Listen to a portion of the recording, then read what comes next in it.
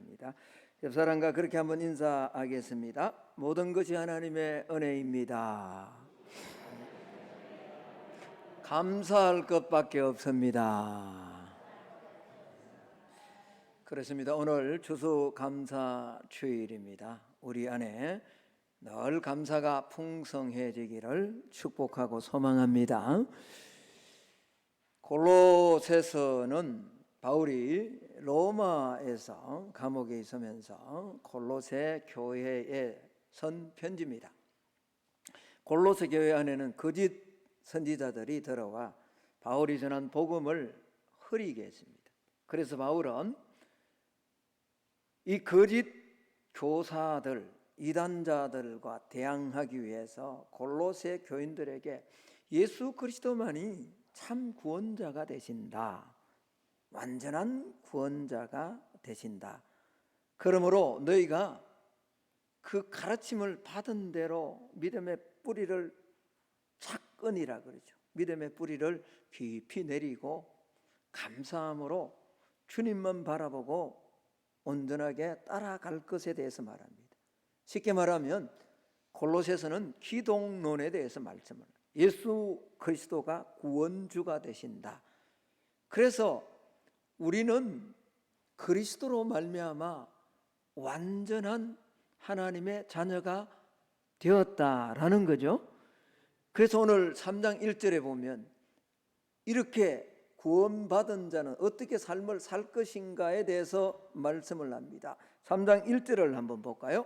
그러므로 너희가 그리스도와 함께 다시 살리심을 받았으면 위의 것을 찾으라. 거기는 그리스도께서 하나님 우편에 앉아 계시느니라. 위의 것을 생각하고 땅의 것을 생각하지 말라. 이렇게 말씀을 3장에 시작하면서 구원받은 자가 쭉 이렇게 거짓 것에 휩쓸리지 말고 쭉 살 것을 말씀하며 오늘 15절에서 17절에 구원받은 하나님의 백성들은, 하나님의 자녀들은 어떤 상황 속에서도 감사해야 될 것에 말씀합니다. 자, 15절 한번 볼까요? 그리스도의 평강이 너희 마음을 주장하게 하라. 너희는 평강을 위하여 한 몸으로 부르심을 받았나니 너희는 또한 감사하는 자가 되라. 그리스도의 말씀이 너희 속에 풍성히 거하여 모든 지혜로 피차 가르치며 권면하고 시와 찬송과 신령한 노래를 부르며 감사하는 마음으로 하나님을 찬양하고. 17절 우리 같이 한번 읽어볼까요? 시작. 또 무엇을 하든지 말해나 이래나 다 주 예수의 이름으로 하고 그를 힘입어 하나님 아버지께 감사하라. 올 한 해 살아오면서 우리 인생을 가로막는 여러 가지 어려움들이 많이 있었습니다. 여전히 코로나19는 멈추지 않고 계속되고 있습니다. 수많은 사건 사고들이 우리 주변에 많이 일어나고 있습니다. 그럼에도 불구하고 이런 위험과 난관들을 다 지나게 하시고 하나님은 저와 여러분을 이 시간까지 또 이 예배의 자리로 인도해 주셨음에 감사한 줄로 믿습니다. 예.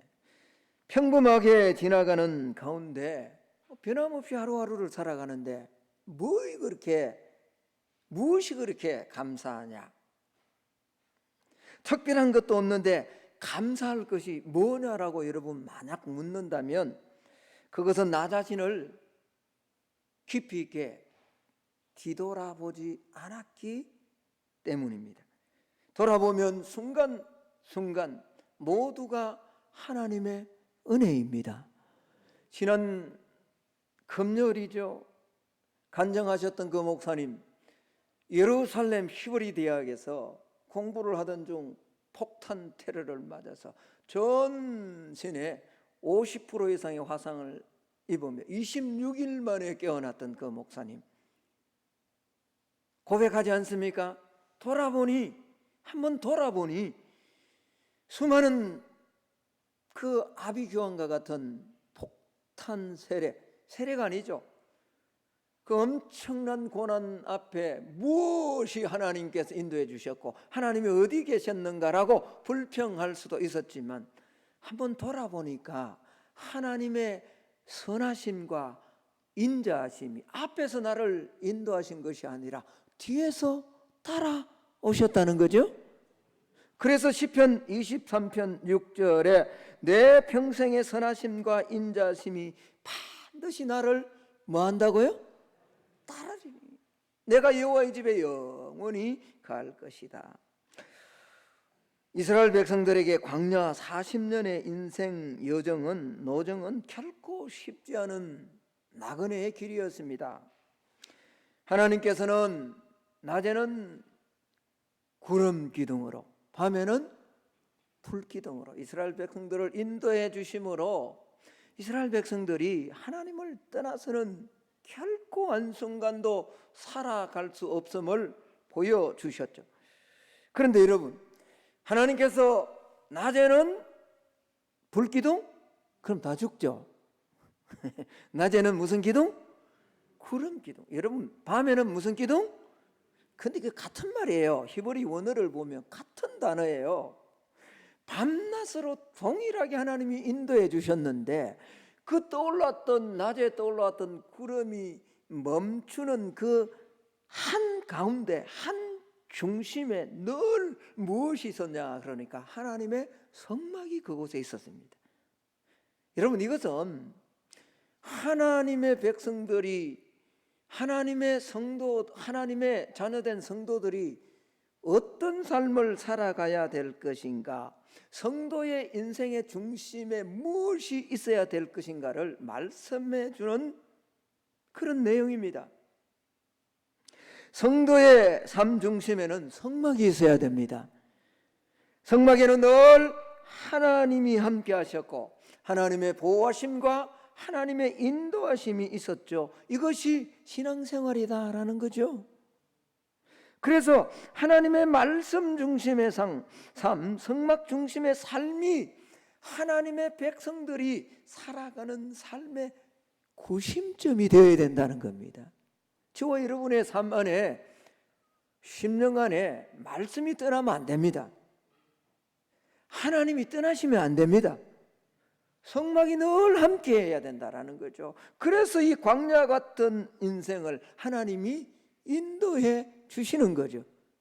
그래서 시편 136편 16절에 보면 그의 백성을 인도하여 광야를 통과하게 하신 이에게 감사하라. 그 인자하심이 영원함이로다. 그의 백성을 인도해서 어디를 통과하게 해주셨다고요? 광야를요. 거친 광야를 통과하도록 인도하신 하나님 앞에 감사하라라는 그런 말입니다. 이렇게 거친 광야를 하나님의 인도함을 받으며 통과한 이스라엘 백성들은 하나님 앞에 절기를 지켰습니다. 그 절기가 뭐냐? 초막절입니다. 여러분, 초막절 일명 다른 말로 수장절이라고 그렇게 하죠. 이 수장절은 한 해 동안 농사 지은 것으로 하나님 앞에 감사를 드리는 절기였습니다. 이렇게 1년 동안 거두게 된 풍성한 열매를 하나님께 감사함으로 드리는 이 행위를 통해서 삶의 주권이 내게 있는 것이 아니라 하나님께 있음을 고백하는 거죠. 여러분, 우리 인생의 주인은 하나님이십니다. 우리의 발걸음에 하나님께서 동행해 주셨고 우리의 산업에 열매를 주신 분임은 하나님이십니다. 이 초막절을 지키면서 이 사실을 하나님 앞에 인정하는 거죠. 원래도 저와 여러분의 삶에 하나님께서 다 지켜주셨잖아요. 하나님의 인도가 없었다면 우리 인생은 아무것도 아닙니다. 올 한 해도 한번 돌아보십시오. 봄에 따스한 봄날을 허락해 주셨고 좋은 일기를 주셨습니다. 비록 뜨거웠지만 큰 태풍 없이 여름을 지나게 하셨고, 그리고 겨울에 적당한 이런 교훈을 주셔서 풍성한 열매를 주셔서 오늘 이렇게 한 해를 지나가고 있는 줄로 믿습니다. 만약 한순간이라도 하나님께서 우리의 삶에 손을 놓으셨다면 우리는 아마 이 자리에 있을 수가 없었을 겁니다. 적절한 환경과 비와 바람을 주신 하나님을 찬양합니다. 그런 저와 여러분이 되기를 축복합니다. 예. 우리의 삶에 당연한 것 하나도 없습니다. 모두가 다 하나님의 은혜입니다. 여러분, 원망과 불평과 이 탐욕은 스스로 자랍니다. 누가 잘하게 하는 게 아닙니다. 가꾸지 않아도 막 우리 마음속에 막 그렇게 무럭무럭 우리 삶에서 언제 이렇게 자랐나 싶을 만큼 그렇게 너무 무성하게 우리의 삶을 짓누릅니다. 그러나 감사는요, 노력해야 되고 힘써야 감사할 수 있습니다. 은혜를 받아야 감사할 수 있고요, 기도하는 사람만이 감사할 수 있는 겁니다. 여러분, 감사가 별것 아닌 것 같지만 삶에 감사가 없으면 믿음이 자랄 수가 없습니다. 감사가 없는 심령 안에는 성령께서 일하시지 않습니다. 감사가 없으면요, 하나님의 은혜가 왔다가도 은혜가 그 자리에 머무르지 못하는 겁니다. 여러분, 은혜는 복이 우리 안에 왔을 때, 우리의 가정에 왔을 때 머무르지 않으면 은혜는 은혜되지 않습니다. 아멘입니까? 그런데 감사가 없으면 주신 복이 우리 안에 머물지 못합니다. 주신 은혜가 우리 안에 머물 수가 없습니다.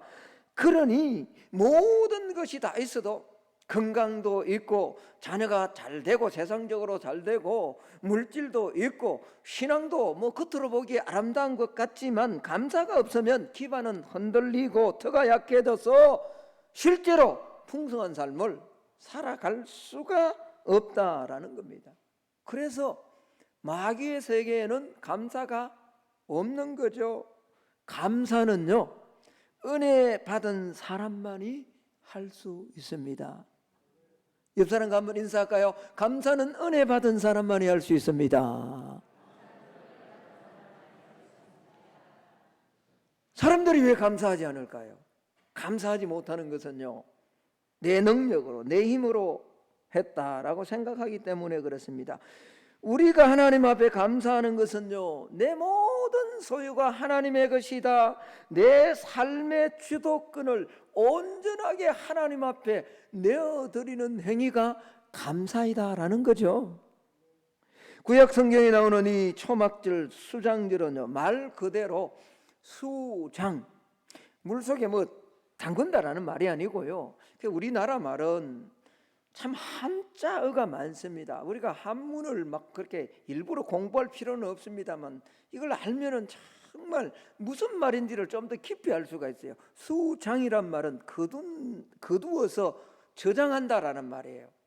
초막절 내지 수장절이라고 하는데, 그야말로 초막절은요, 광야를 지나간 이스라엘 백성들이 초막절, 다시 말하면 수장절을 지켰는데, 이 수장절은 다름이 아니라 곡식을 거두어서 뭐 하면서 하나님 앞에 드린 절기라고요? 저장하면서. 여러분이 해마다 약간의 차이가 있습니다만 태양력으로 보면 이 수장절은요, 9월 중순부터 하면 10월 중순 사이에 있는 절기입니다. 그런데 유대인들에게 이 수장절, 초막절은 단순히 곡식을 거두어 저장하는 그런 절기만이 아니다라는 거, 이걸 훨씬 뛰어넘는 의미가 있다는 거죠.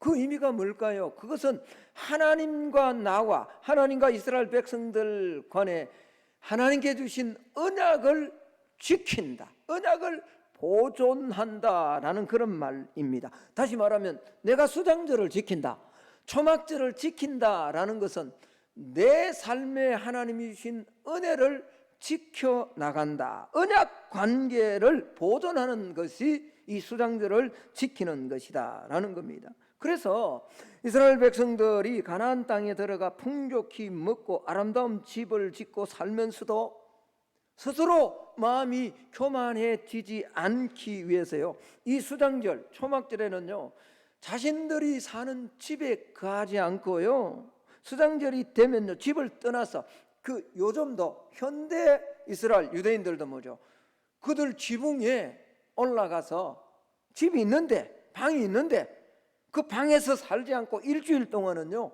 그 지붕에다가 초막으로, 이런 초막으로 막 얼기설기 그렇게 집을 짓고는 그 안에다가 살면서 하나님 앞에 감사하는 거죠. 뭘 생각하면서, 그 초막 속에 살면서 뭘 지나온 거죠? 40년 동안 광야를 지나왔잖아요. 광야의 삶이 얼마나 힘듭니까?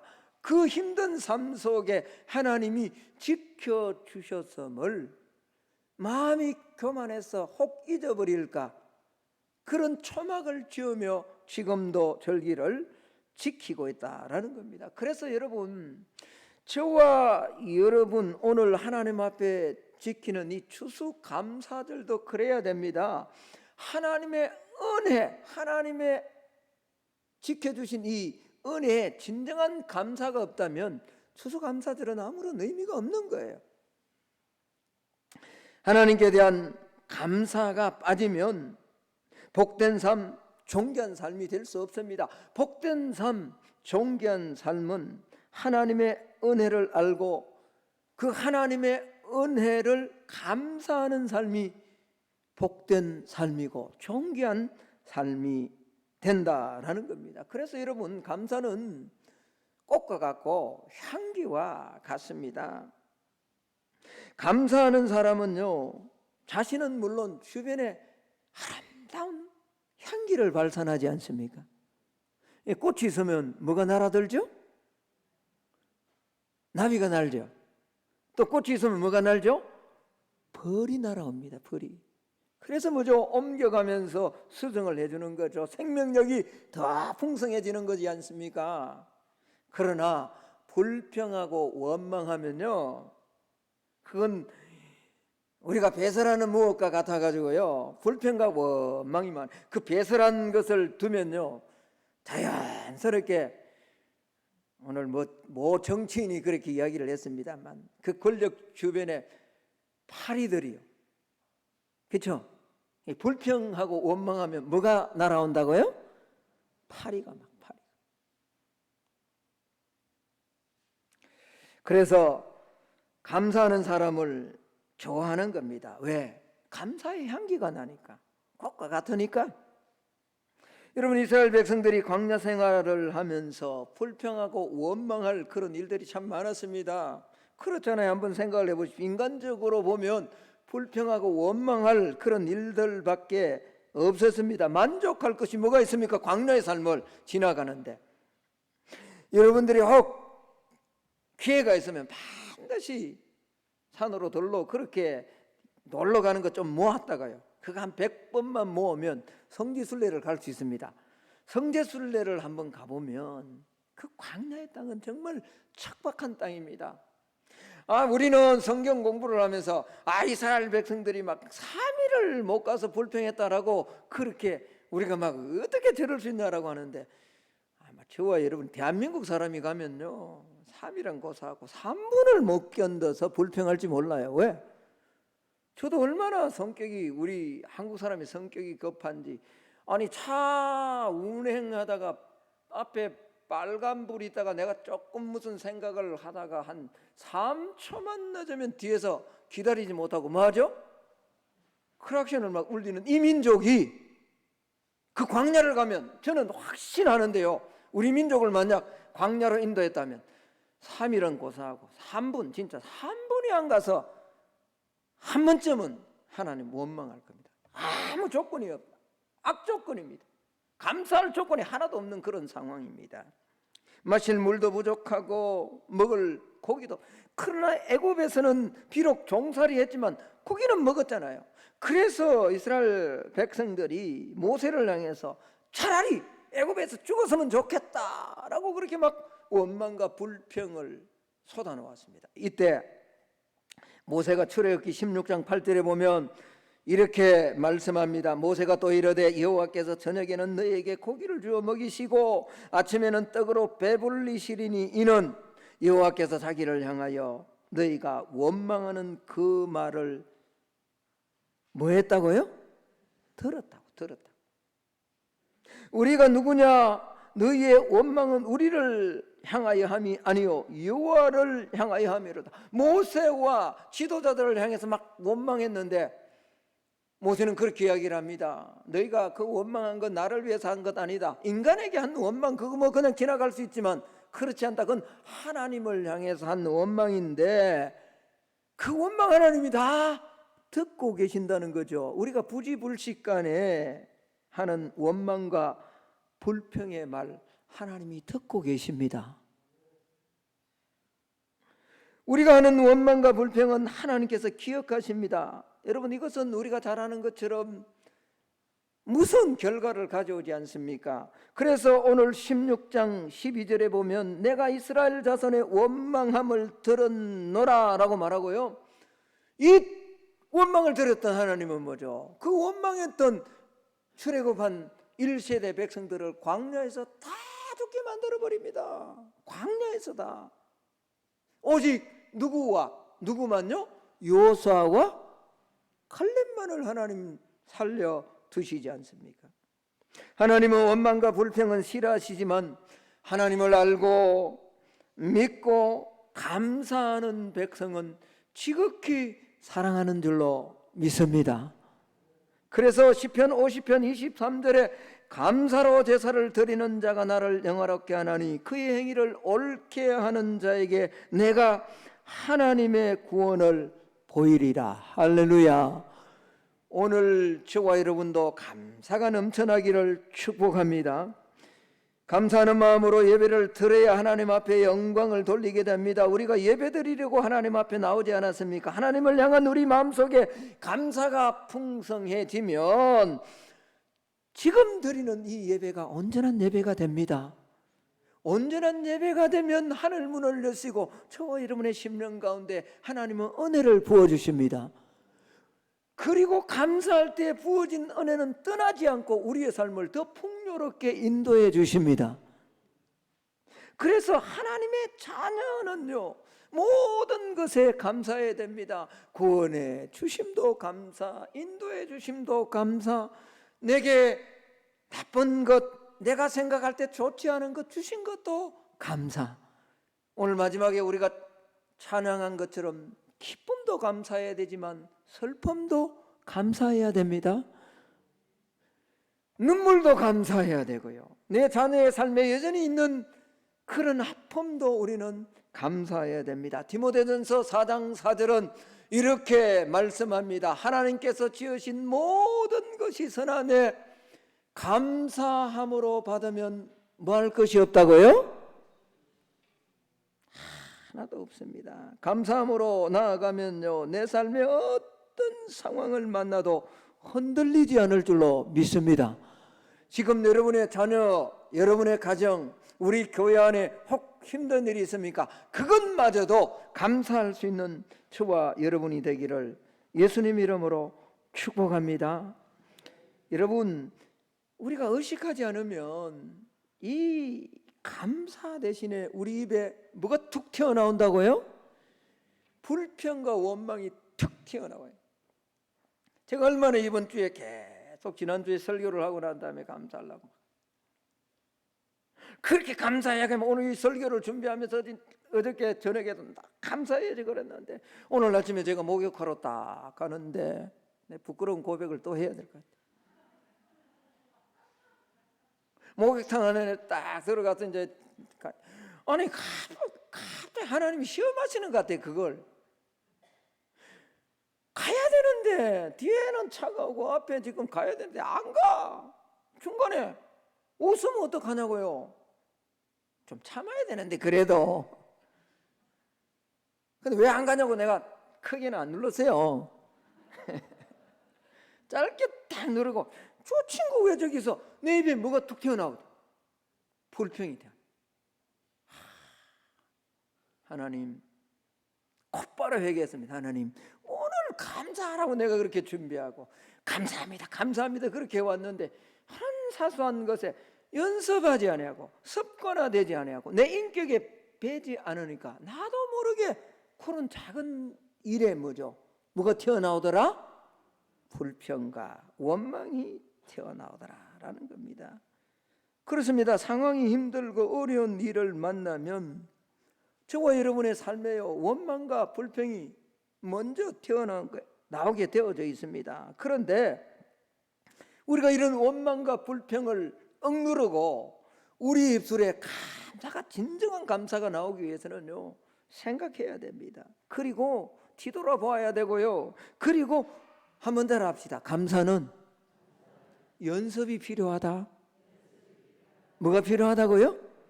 진짜 연습이 필요합니다. 그렇게 하다가 또 불평 나오면 회개하고 또 감사하는 거예요. 할렐루야. 그러면 감사가 점점 많아지는 거죠. 이게 하나님의 뜻이에요. 하나님은 하나님의 자녀인 저와 여러분이 우중충한 삶 살아가는 것 기뻐하지 않습니다. 내 자녀가 늘 인상 쓰고 있어봐요. 부모의 마음이 그렇게 편한가요? 그렇지 않잖아요. 그래서 데살로니가전서 5장 16절 17절 18절에 항상 뭐 하라고요? 기뻐하라. 쉬지 말고 기도하라. 범사에 뭐 하라고요? 이는 그리스도 예수 안에서 너희를 향하신 하나님의 뜻이다라고 말하지 않습니까? 우리가 기뻐할 때 하늘 아버지도 기뻐하시는 줄로 믿습니다. 우리가 기도하고 힘들면 기도하고 어려울 때 하나님 앞에 기도하고 자꾸 울면서 감사할 수 없는 상황임에도 그걸 붙들고 고민하면서 갈등하면서 기도하고 그러면서 우리의 입술에 우리의 삶에 감사할 때 하나님은 그런 자녀를 보면서 그런 저와 여러분을 보면서 하나님께서 기뻐하실 줄로 믿습니다.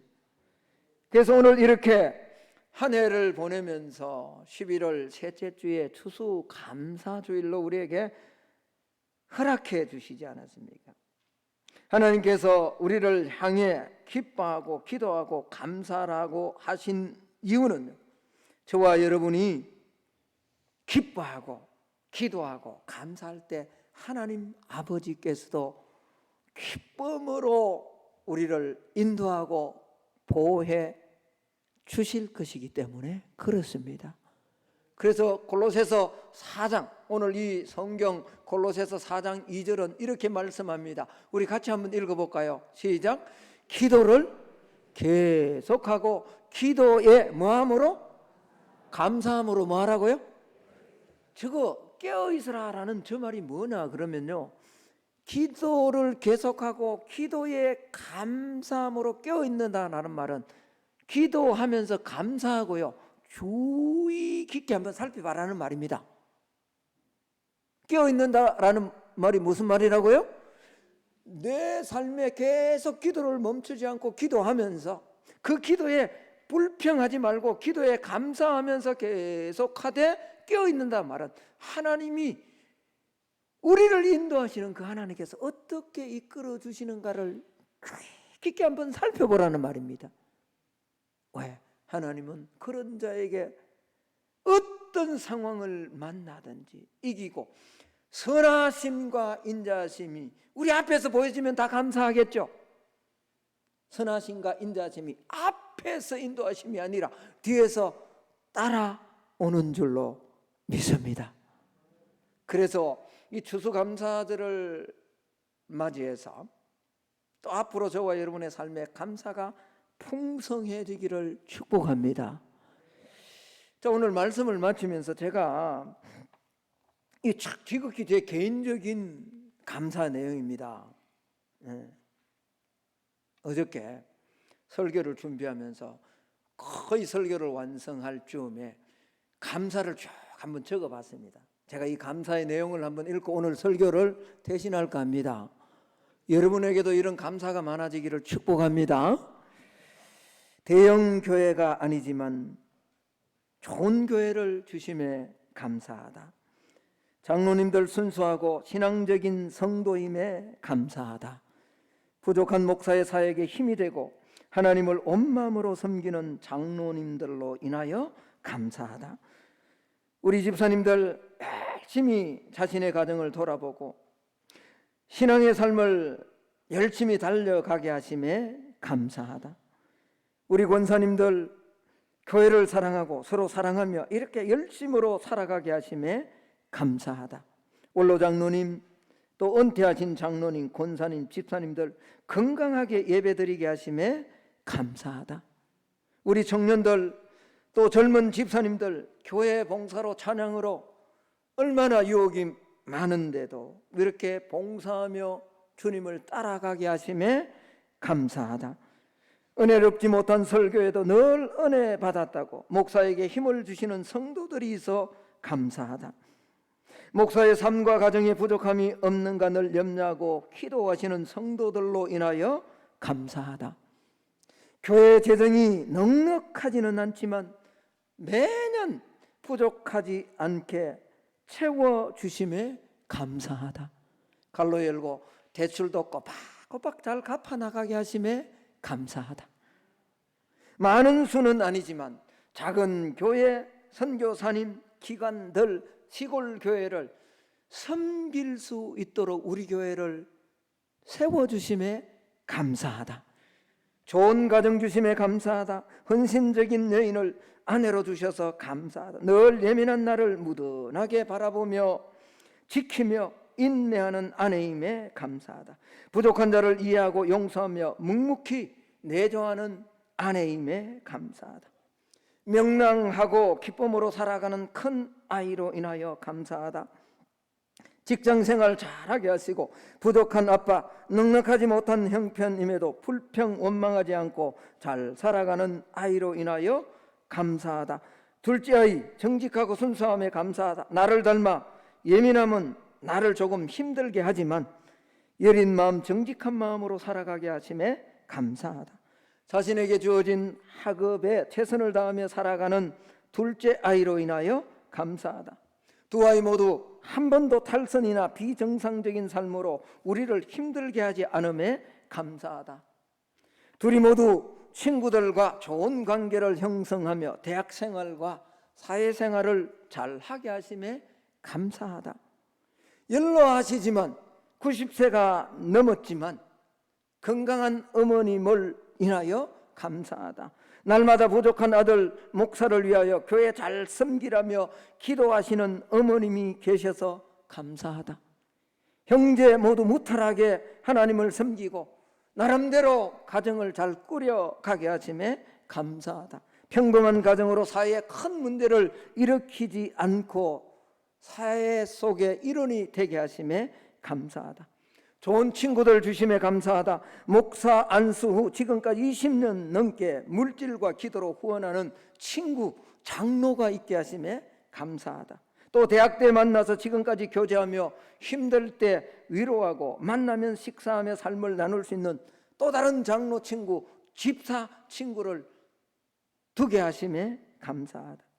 아직 신앙 밖에 있지만 늘 감사하는 마음으로 교감하며 힘들면 나에게 전화하며 삶의 교감을 나누는 45년지기 친구가 여전히 내 옆에 있음에 감사하다. 고등학교 때 만나서 같은 지역에 살며 수시로 만나 식사하며 교제할 수 있는 그런 친구가 있게 하심에 감사하다. 목양에서 좋은 동력자들과 함께 사역하게 하심에 감사하다. 부목사, 두 분 전도사 늘 충성하며 신실한 모습으로 영혼을 섬기게 하심에 감사하다. 우리 교사들 힘들지만 묵묵히 어린 생명들을 섬기고 가르치고 내 자식처럼 기도하는 교사들이 있게 하심에 감사하다. 무엇보다도 죽었던 죄인을 살려주셔서 자녀 삼아주신 하나님을 인하여 감사하다. 머리부터 발끝까지 죄로 살다가 영원한 지옥으로 가야 할 이 인생을 불쌍히 여기시고 구원하심에 감사하다. 그것도 모자라 신학하게 하시고 목회자로 삼아두셔서 주의 말씀 전하게 하심에 감사하다. 이렇게 좋은 교회, 좋은 성도들과 함께 하나님을 섬기며 이웃을 섬기는 교회 목사로 쓰임받게 하심에 감사하다. 마지막으로 지금까지도 부족함 없이 인도하셨고 힘들 때 눈물을 훔쳐주시고 위로해 주셨던 하나님이 앞으로 어떤 상황 속에서도 나의 목회와 가정과 우리 교회를 인도해 주실 것을 믿고 감사하다. 여러분 박수할 게 아니라 저와 여러분의 삶에 감사를 한번 적어보기를 축복합니다. 얼마나 눈물 나게 제가 이 설교 뭐 이렇게 준비하는 것도 뭐 은혜스럽습니다. 이거 마치고요 감사를 하나하나 적어 내려가는데 얼마나 눈물이 나든지. 여전히 저와 여러분 부족합니다. 우리의 삶에 힘든 부분이 여전히 말할 수 없는 고난 때문에 이 줄을 놓고 싶은 그런 우리 성도들도 있을 겁니다. 그럼에도 여전히 우리를 인도하시는, 지금까지 인도해 주신 그 하나님께서 앞으로도 불꽃 같은 눈동자로 저와 여러분, 여러분의 자녀, 여러분의 가정을 지켜주실 것을 믿고 감사하는 우리 성만의 모든 성도들이 다 되시기를 예수님 이름으로 축복합니다. 하나님 감사합니다. 늘 불순종하고 상황과 환경이 조금만 힘들어도